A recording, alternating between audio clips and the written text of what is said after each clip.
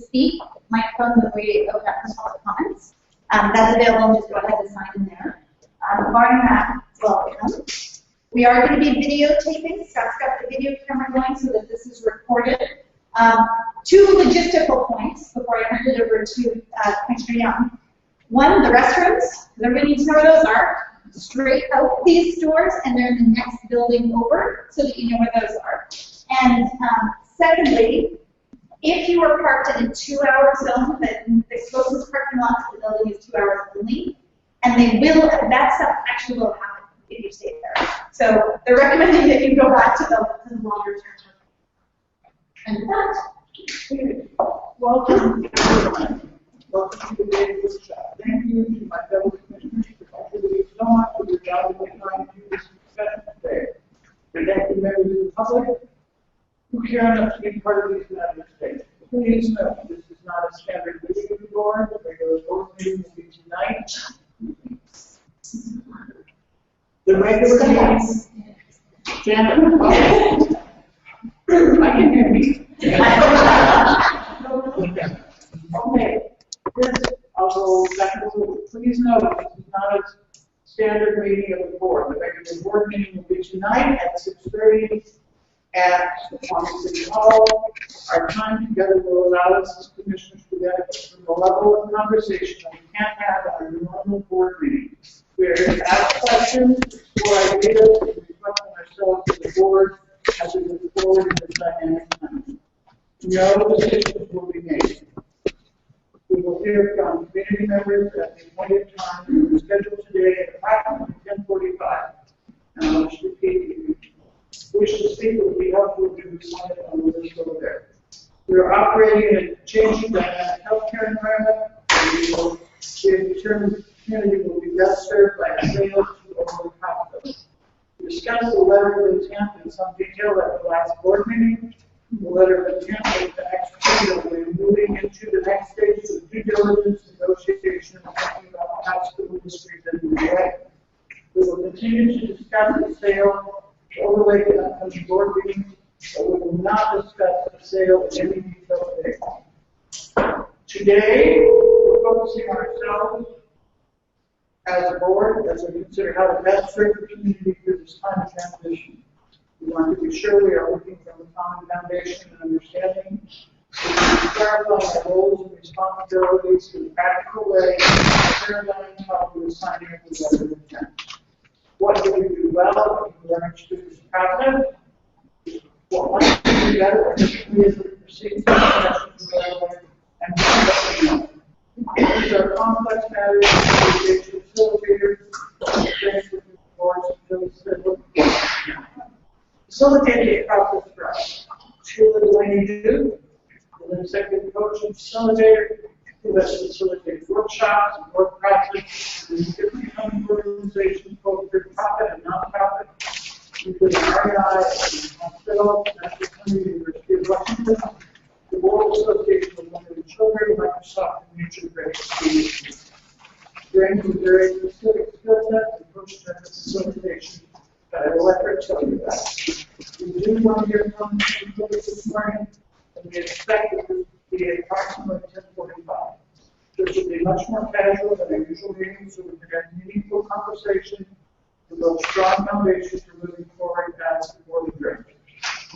For this district, I will hand it over to Sheila. Point of order, Madam Chair. I just want to mention a couple of things. First of all, let's clarify. This is a special meeting of the board. No, it is not a special meeting of the board. This is a workshop. Well, it may be a workshop, but it constitutes a special meeting of the board because 3 or more members of the board aren't here. So this is technically a special meeting of the board. Now, Technically, it's special meeting. Yeah, kind of a special meeting. Yeah. Okay, point 2 is, I think it's unfortunate in the public notice that nowhere on this does it say the public as well. Now, on the little community announcements on the snowfarmer.com, et cetera, it did say that the public as well. But a lot of people don't have computers or etc. So I think it should have said that the public as well, because if you read this, it looks like it's a workshop for commissioners, period. What does have on it? point out, it does say public comment at 10:45. Thank you for raising that. Public comment at 10:45, I think is still time.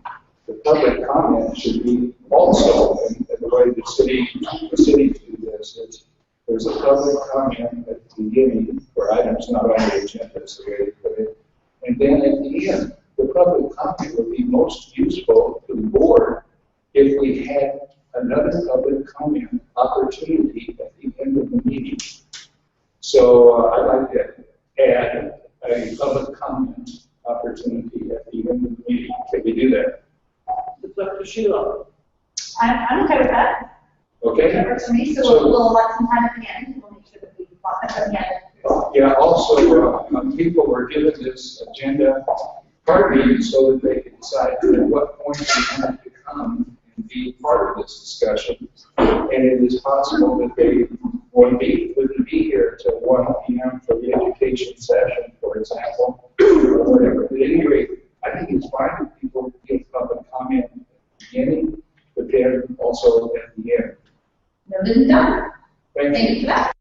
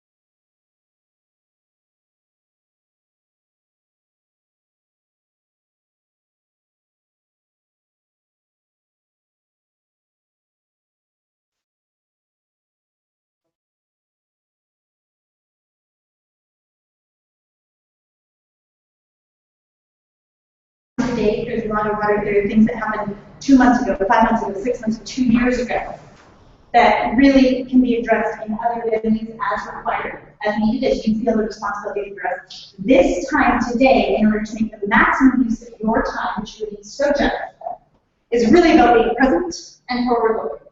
Okay? So looking at possibility and really understanding how you all want to interact with each other. Okay?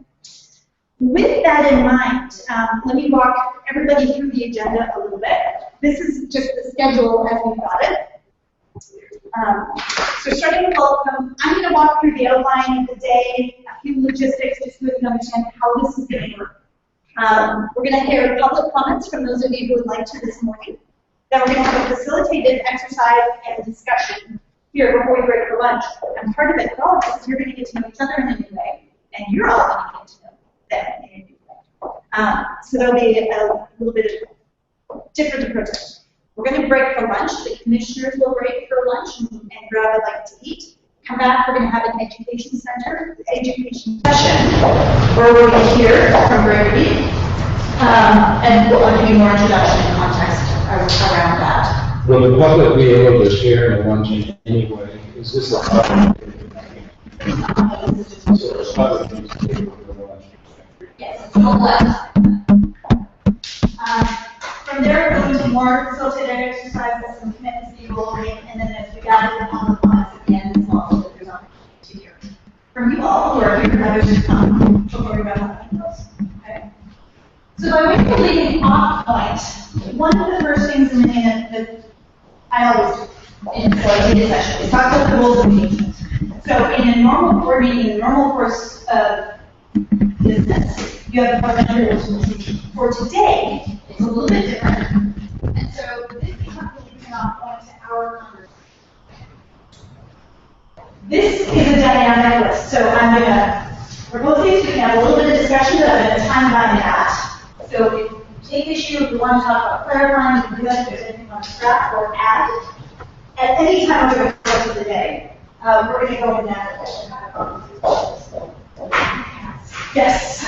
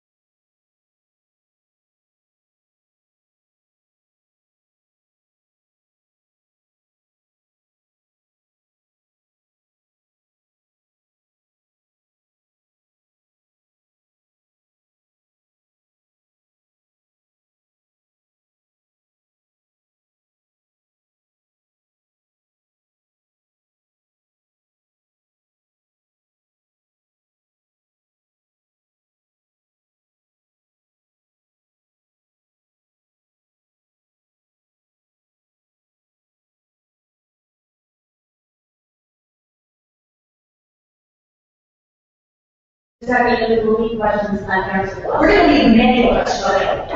Ideally, we're leaving here today with a great big list of questions.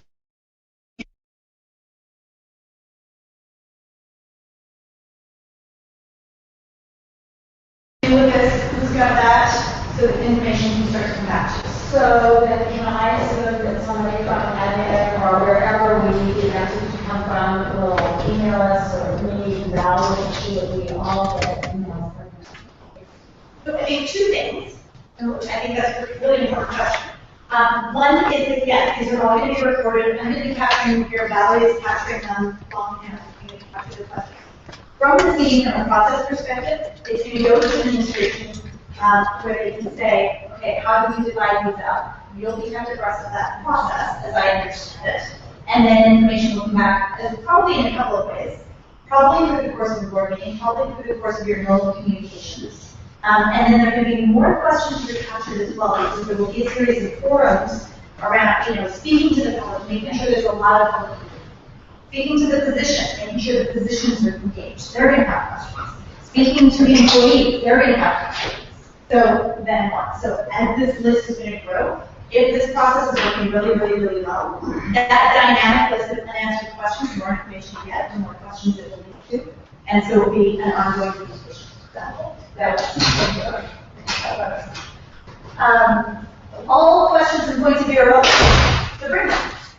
Let's have a conversation today. Respect the speaker. So whoever's speaking, you know this, but just to state it, try not to speak over one another. It happens sometimes to be really excited.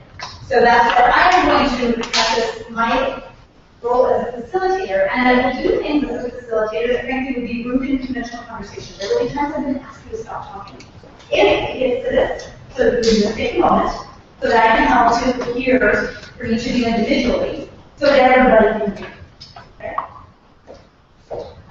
Keep sidebar conversations great.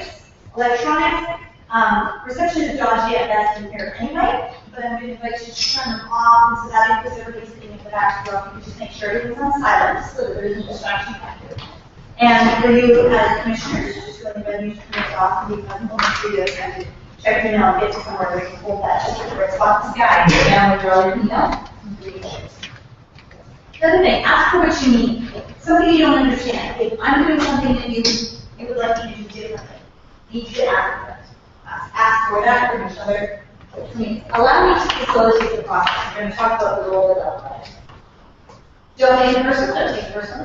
We're all here with the right intent, with good intentions. Be curious and open, and be forward-looking. This is a commitment to the future, whatever that might be. Is there anything else you need to see added to this list that would be helpful for you all today? You've presented these workshops before for this district. You've been at retreats. How many retreats have you been to? One board, and I've done, have you done two with administration? Yeah, so two. Two with the administration? Yes. You haven't done any this year, for example, before these or any other group? No, I think those are rules. Anybody else? Any additions, comments, clarifications? Great. Okay. So let's talk about my role. I am here to make sure that you all have the most robust, high-level conversation you can. With politeness, with respect, bringing the very best of yourselves, all of your strengths, all of your talents, all of your experience. I want to help you harness that and bring rise to the top where you can have a really fun place of exploration. My hope for you today is that the feeling this time well used. That it's fruitful, you got to know each other in a different way, and actually make some progress around the process of inquiry which precedes any strategic direction. Okay? So with that, workshop purpose, and you have this, commissioners, you have this. Your pilot first will allow you to engage in a different level of conversation in this law. Second, to better understand the roles, responsibilities, and information that you have so that you can best represent the community in support of the district and the upcoming transition plan. Desired outcome. Support you in getting the information you need. Answer the questions that have yet to be answered. And I'm going to use a model today to hopefully give you a common vernacular to be able to think about this so that as more questions come up, as you continue to have dialogue and conversation, you can use that language as a little shortcut and kind of categorize questions. Again, no decisions today. Objectives. Conversation, clarify roles and responsibilities, and the process for moving forward. We are going to be talking about, before the end of the day, who are the key stakeholders who need to be engaged? What is that process? Any questions? Okay. All right. So with that, there will be a parking lot, so as we have conversation, things come to mind, and you just want me to record it on the parking lot. It's not necessarily relevant to the conversation we're having right this second. I'll see you at the parking lot, I'll make sure that we revisit it. So that's what that chart is for. I will label it accordingly. We are going to have this afternoon an inquiry canvas. Answer those questions. An inquiry canvas. Really is a list of questions. I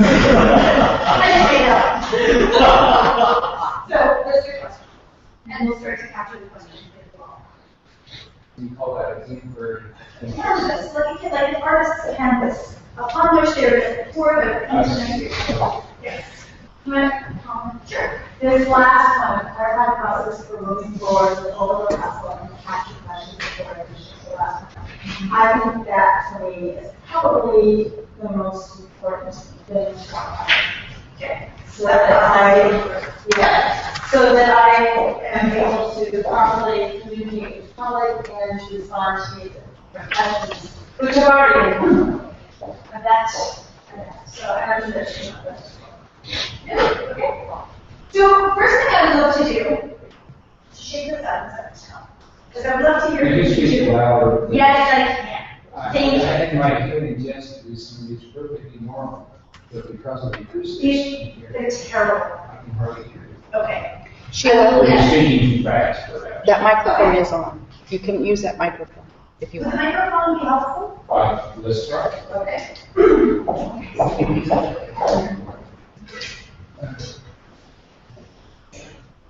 Look at what you gave me a Okay. So I walk around, that's just what it is. What I'd love to do is to hear from each of you, and I'll give you up to about 2-3 minutes to speak. I'd just love for you to share with each other and with the administration, the public who are here. When you were a teenager, what did you want to do when you grew up? And how did that actually impact your career? Great. And I have a backup question if you really strongly object. I'll do it. Oh, this is easy for me. I think since the 3rd grade, I wanted to be a nurse. One of my age group of my family that graduated from college and graduated with that. But then I had 8 children, and I ended up in the Harvard background, and just, that's my goal. Thank you. My goal when I was a teenager was I wanted to be a military officer. So I wanted to do some service for our country. So I spent my time working towards that, and was in the Naval Academy and was in for 2 years. How does that inform the way you show up now? The way I show up. Yeah, the way you work, like your day-to-day, your work, because there's some of our experiences. Sure.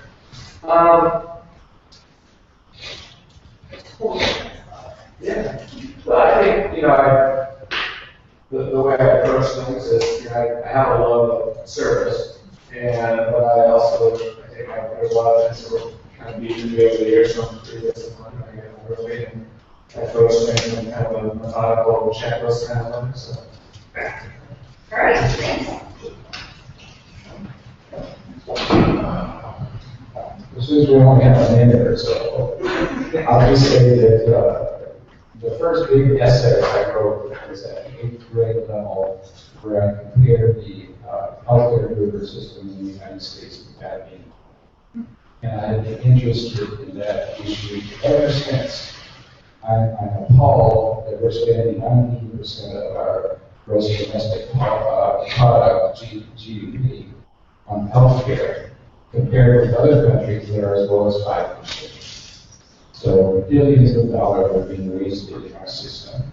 In our analysis, according to the World Health Organization, we're only 37 in terms of quality of healthcare. This concerns me, and it concerns me at the macro level and at the micro level.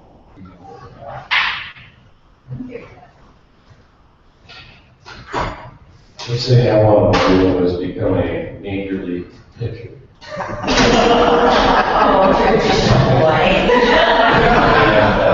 a few car accidents and got run over by getting run over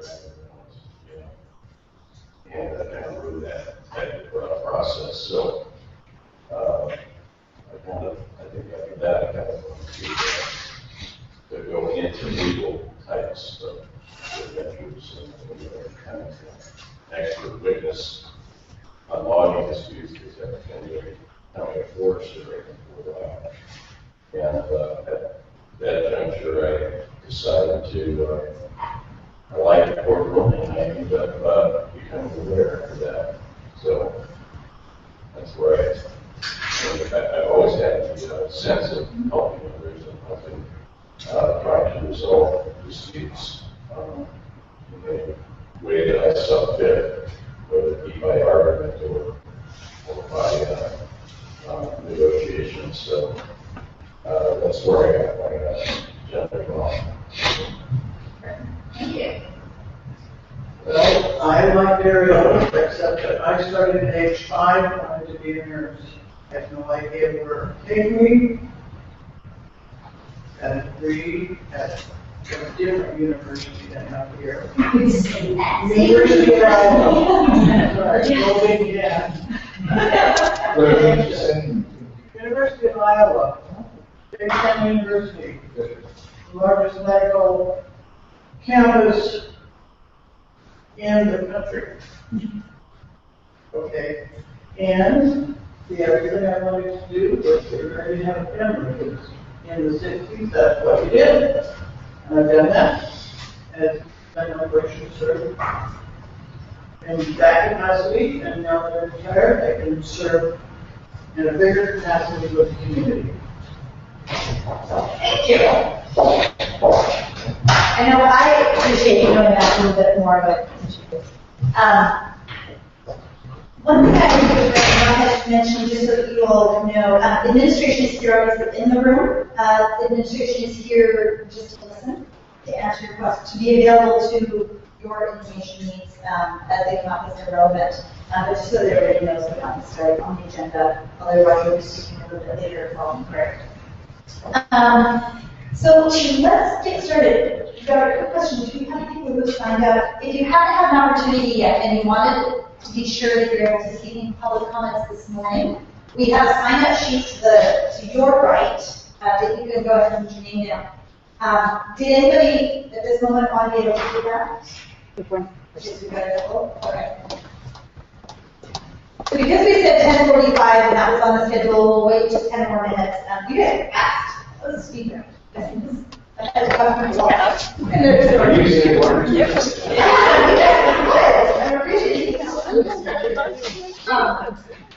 So let me go into a model that we are going to be talking about today. This is where I hope that we can develop this common vernacular, and it's one of the ways that I was recommended that I can control as a way of structuring and gathering complex information and making that meaningful for you. Complex data at this point and turning that into information that you can actually use as helpful. So unnecessarily that.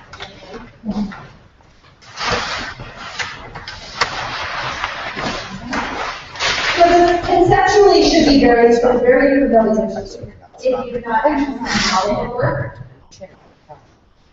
4 quadrants of information, and today we're going to be focusing on questions, so the inquiry. We know what we know, right? We know what we don't know. It starts with a sense of, okay, here's the stuff, there's a gap. I know there's something that should fit in that gap, like a puzzle piece just so, but it's missing. We need to understand that.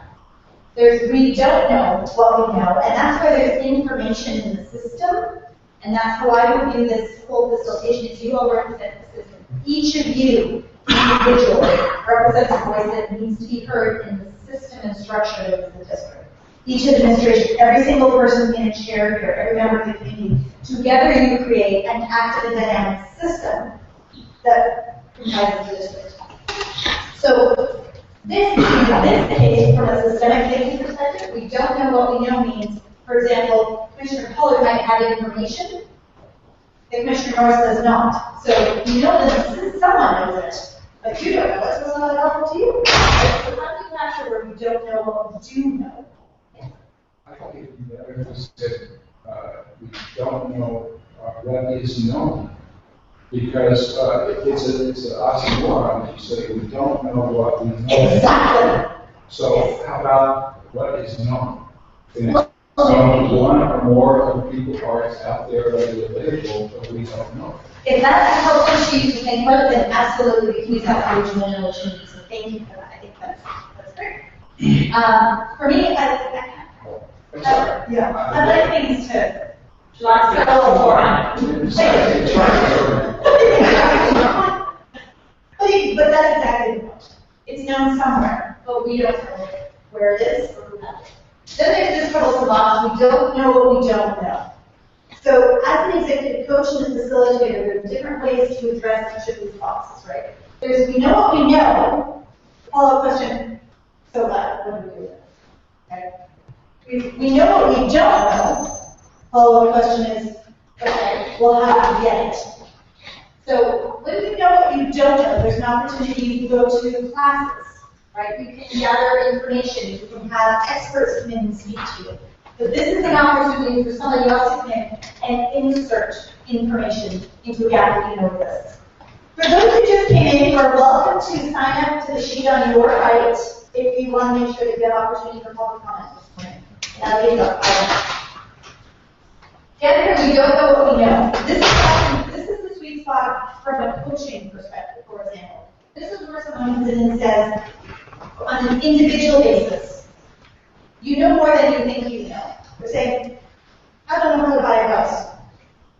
That's scary, it's intimidating. Okay, they run a car. I'll buy a car. Okay, there are lessons learned that are applicable and translatable. So this can be a place for coaching. This is a great place for inquiry, asking really good questions, to translate existing experience and applying that to a new circumstance.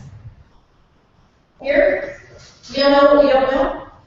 This is a great big old blind spot, right? What you do here is you bring in people like Greg Reed, who we will hear from this afternoon, who's CEO of United General, who worked at an affiliation with Peace Health. And so he can come in and he can teach you all and say, this was our experience. Might not be your experience, but here's what, this was our experience. Here's what we learned. Boy, here's the stuff we wish we knew. Here are the questions we wish we had asked. Let that be instructive to you and do what you do with it, what you will. Right? So this is where, that's one of the ways to address that we don't know what we don't know. The other thing that will speak to this quadrant right here are your forums, community forums, employee forums, physician forums, and there may be other groups beyond that, who can ask questions, who can speak into a process, and help you all to start to gather the concerns in ways concrete and functional. Outside of this, we have our assumptions, right? We can all look at the same picture and get have a very different interpretation of what it means. In the center, if your information is organized and structured in a meaningful way, you've got good information which facilitates primo decision-making, the best that you can have, so that you can fulfill your responsibilities and duties as a board to the best of your ability. Right? Does this, Commissioner, tell me how this resonates with you. Does it make sense? Do you like it? Do you not? Helpful? Not? The proof will be in the pudding, so we can try. Well, then, yeah. Okay. But conceptually, So we don't know what we don't know is the scary part.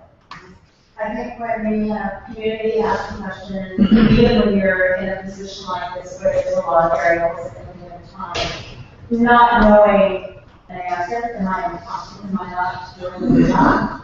Not knowing can be scary just for us as an individual, much less what other people are saying. So for me, the more I know, whether I agree or disagree or like or don't like, doesn't matter. It's that I know something about it, or I can say something. It's important to know both sides.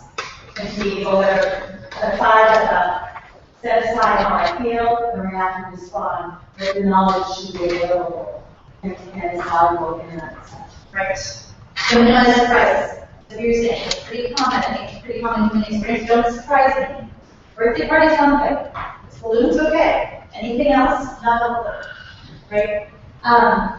So this is also, the other thing that I know about this model is the more that you know what's in these three spaces, the smaller and less scary this becomes.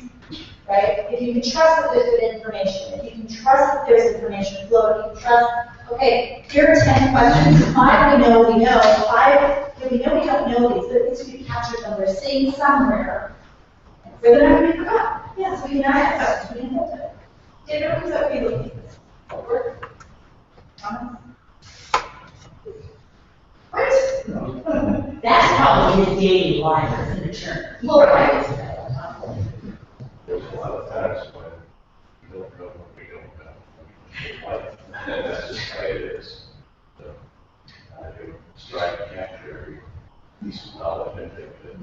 so that you can make decisions. That's what it is. Yeah. You can get by her, just like that. Just like that, right? Future is unknown. Future is unknown. And that's just true. This is where your risk management, everything else is about managing this piece, right? Risk management. Okay. So we're going to be leaning into this model as we go forward over the course of the day. As you ask your questions, as you start passing that up. It is 2 minutes to 11. So with your permission, I'm going to start the public comment section just 2 minutes for when people may come in and continue to join. So, John, I'm handing this over to you. Remind me that we will have another opportunity for public comment section. For those who did just walk in, there will be opportunities to add this. I think it's good to add public comments at the end, so that if you are here for the day and there are things you want to add at the end of the day, there will be opportunity for that as well. So we will give you, and from here, you're going to see me with my phone. I promise you I'm not texting. I have a timer on there. I'm looking at the clock. So we'll give you 3 minutes each, and we can move the microphone over here.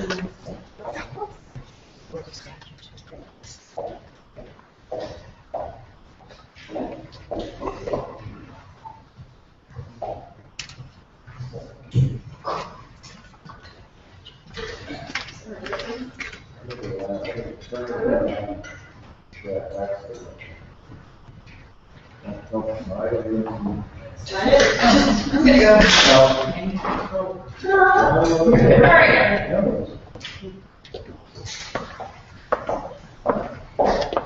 Alright, everybody, I'm just going to go down the list here.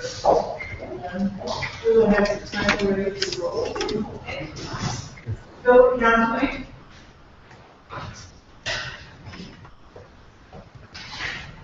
So my name is Chris Cassidy, I'm a resident of Smith Falls. I would like to thank you for offering this public forum to ask questions. I think our hospital district is at a very opportune time. There's a lot of possibilities we have right now that haven't been available in the past. It's a very critical time. I've just got interested in this because of the opportunities that we have available to us now. There are a lot of questions I think need to be answered.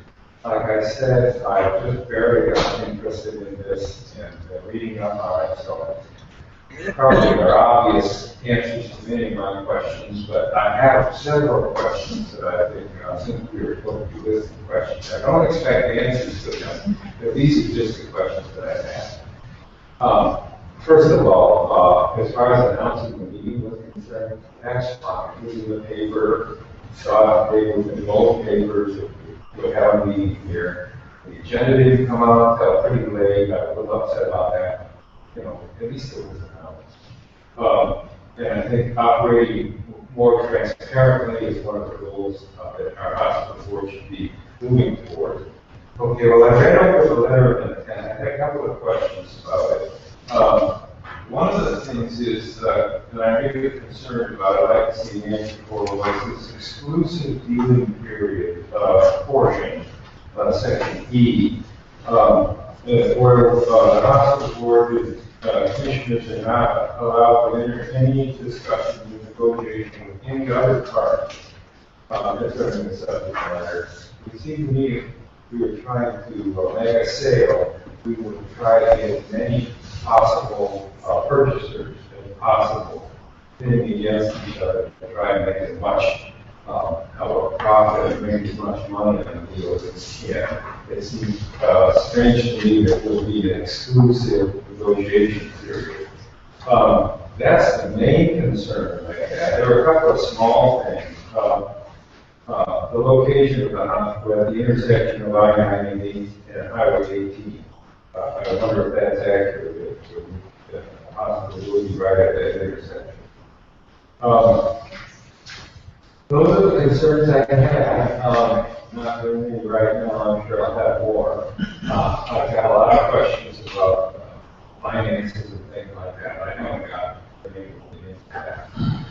So my main concern, again, to reiterate, is with the confidentiality of this whole thing. I think the hospital board is attempting to be more open and transparent. I think that's a great goal. In section G of this letter, it says that the conditions described in the memo should be confidential, including its existence. It seems really strange that you see the fact that we were looking to sell a hospital. And that falls back to like the thing about trying to get as good as possible and make as much money as possible for our taxpayers. Thank you. Debbie Buchman?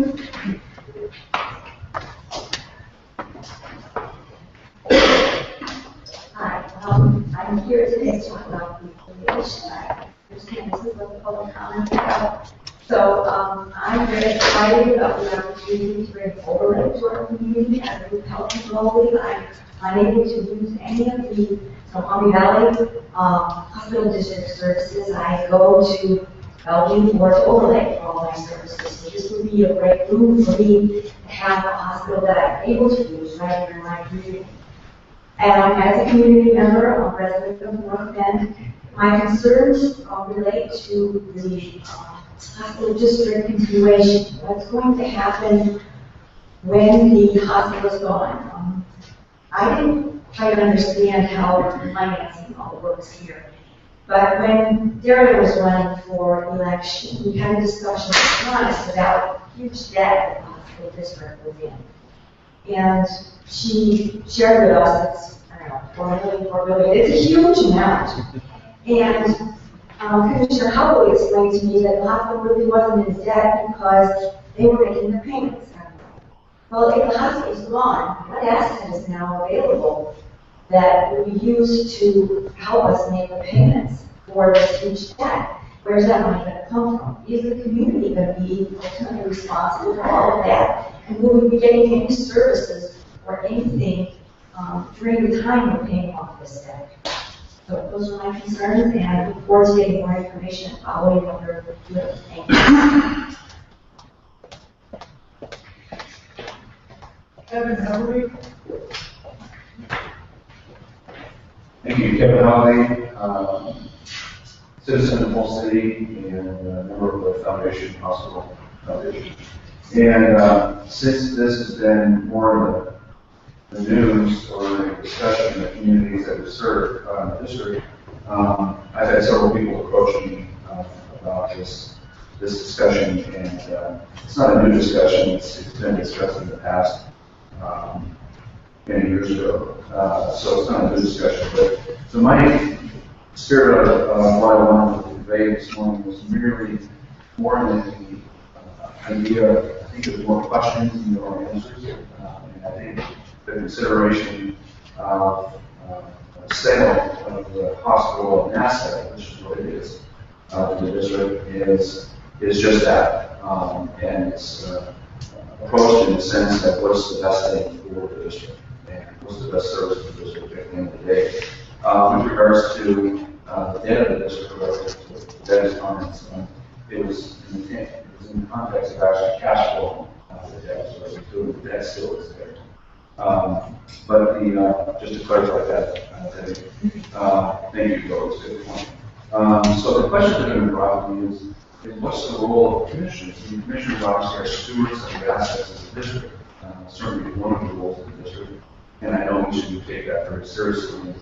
And in that context, then, regardless if it's overlay for Swedish or Providence or whoever it may be, one of the questions might be who are the operators of the hospital itself, and then what impact does that carry through the district relative to all of the assets of the district, the clinics, the staff, AR, revenue, land, the hospital, these campus, the buildings, all the doctors, all the staff, the equipment.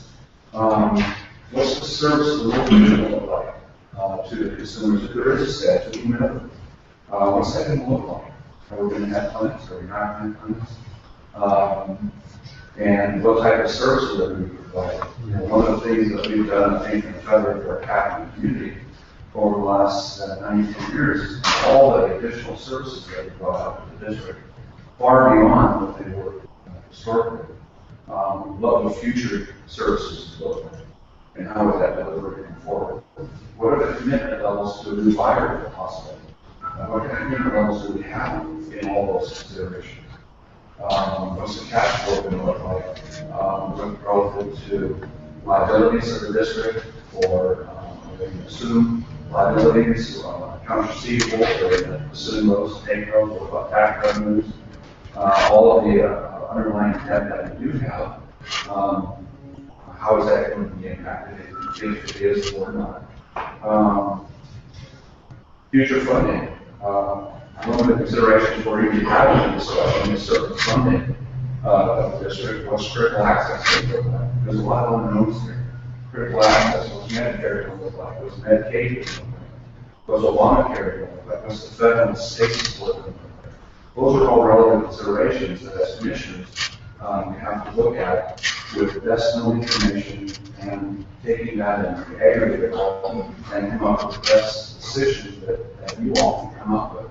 I also appreciate the opportunity to have the chance to voice and the chance to be a part of topics and thoughts and input, and would encourage the board to continue to seek that information out and input. I think the board's always been transparent. There's no closed-room decisions you made, but I think the spirit of the conveyance of that information transparently is always a good thing. It speaks to credibility and integrity. So thanks for all the work that you all do. Yeah, normally in the public comment section, we can't respond. I think we can be able to respond, but it's up to. How do you all want to handle? Do you all want to? Well, I suggest that we go ahead and hear every comments first, and then we go on and key points in response. I think I took this as a point. I just wanted to request. Kevin, could you write all that list of things?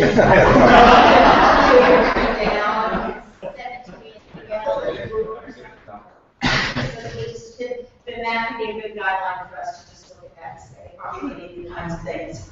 Sure. Because if I'm sure we will forget one. I think we all support your request.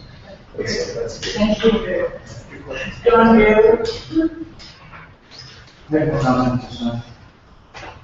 Okay. John King. I'm John Cheney, and I'm a 20-year resident of Fall City. I'm really, one word that bothers me. Some people talk about profit. That's not the issue. It's the community that there's a surplus, and how do you as a public entity deal with that surplus? How do you deal with your obligations of managing money which comes to you from taxpayers? I guess I picked up one big incident that happened a few years ago, and I wonder if what's happening here may be similar to that. We happen to have a multi-purpose stadium in our county that had $158 million in debt. It was allowed somebody else with a new stadium, they had new money out from it, and we continue to pay off that debt for years. So I guess I'm interested in sort of how is this all going to work? And what I want to do is encourage you to a transparency model that you may not yet have. If you do, just tell me. I think that every comment that you get recorded as comments in a meeting like this, or a letter or an email that you get from Kevin or from me, ought to be posted in a timely way on a website that's accessible to everyone in the community. Every background document that you have should be accessible to everyone in the community. It's the kind of thing that I think really brings forward public participation by essentially giving all of the information to the public that you have. I came today, I don't have much time to invest in this. I really came for what I want to be here for, which is an education session. But I think that information getting into our community is really important, because this is a key decision about how my healthcare, in my future, in my community will be managed. We're clearly in a time that's changing related to healthcare, how it's provided, how it's paid for, and I want you to make the best possible decision that you can for writing. That's what this is really all about. And this is a huge, huge decision. And it really needs to have good community engagement. So that any member of the community can go to their computer or to the library and find out the kind of background information in as much depth as they want on their time schedule, so that they can comment back to you about what their issues are related to what the decision that you're engaged in. So I'm really hoping that we can get to a transparency model that's really, really interesting. Okay. Last one on the list is Alabama.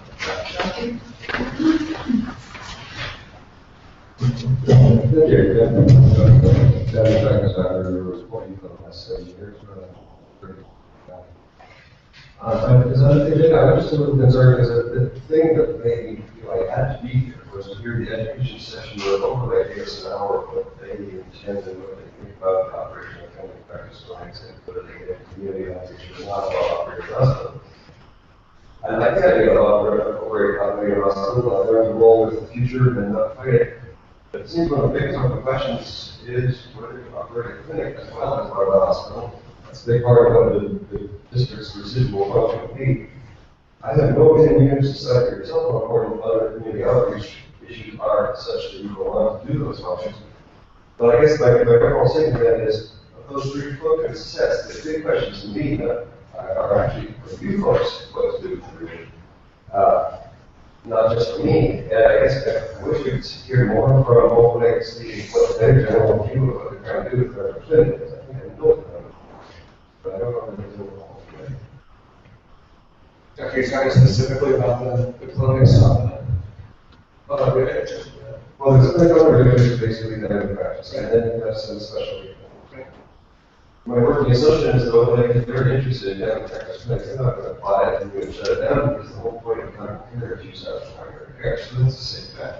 But I guess I have to know what the vision is if they did operate a thing, and then knowledge is there that they don't do it, but they want to do it. But to me, that's the same question. Sure. In summary, over this mission, you want to know what the vision for us is.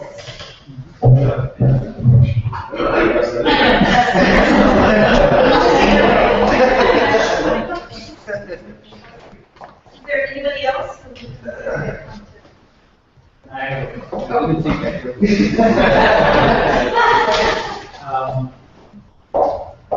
When the existing hospital moves into the new building it moves out of isn't going to be a hospital.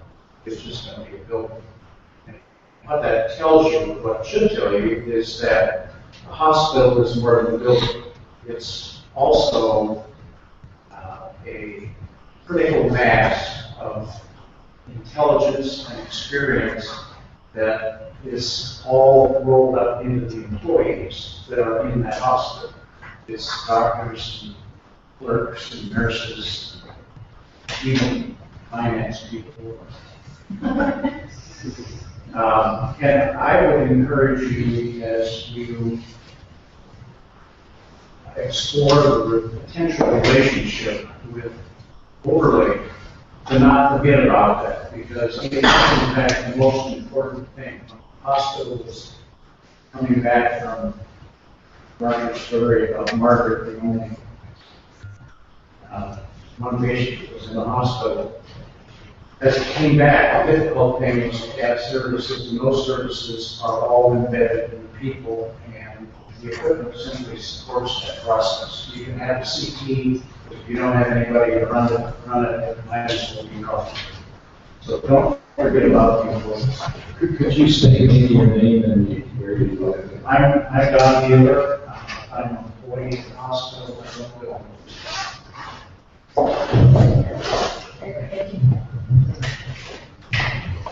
Anybody else have a comment? All right, so a couple of questions that came up there that we actually are going to be focused on today. And looking at what is the process for communication with stakeholders and what that will look like. So that's going to be talked about today anyway. And then second, what's your role? what happens for you? And so one of the things that I'm very curious about, that would be really, important to this conversation, is looking at the language of hopes and fears. What are your hopes for this with overlay, this arrangement with overlay? What are your fears? What are you worried about on behalf of the district and the area, the community, physicians, whoever the key stakeholders are for you? And frankly, what are the hopes and fears for yourselves individually? Because this impacts you. I imagine that you feel some pressure to do this well and to do this well. So what I'm going to ask you to do, we're going to do a different exercise at this point. I'm actually going to have you write that down. So we're going to have a moment of awkward silence. All the commissioners are writing. You all have a sticky pad in front of you that is colored. And if you just want to start writing on there, and then what we're going to do, I have two, there's one that's going to be there. Oh, this one here. Yes. Thank you. You're welcome. So if you could just start with this, what you're going to do is on one, you're going to do your hopes. On the other, the fears and concerns that you hold. And I'm just going to give you about 3 minutes to start to just brainstorm that for yourselves. And what we're going to do, we're going to stick that on the wall so that those can be captured for afterwards. Can you narrow down what our hopes and fears are? I mean, like, hopes and fears about the cell, hopes and fears about the condition of the person. Is there something specific that we're talking about hopes and fears around?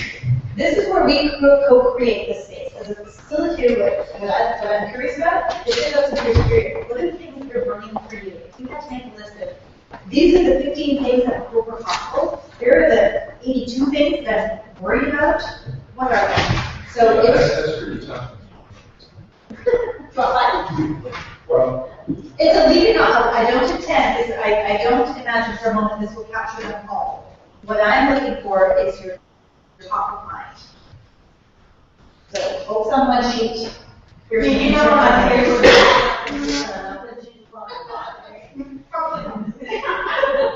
But I hear you. Could we say concerns? Yes. Fears. Fears already throws fear. You see? So, concerns. Hopes and concerns. Sure. All right.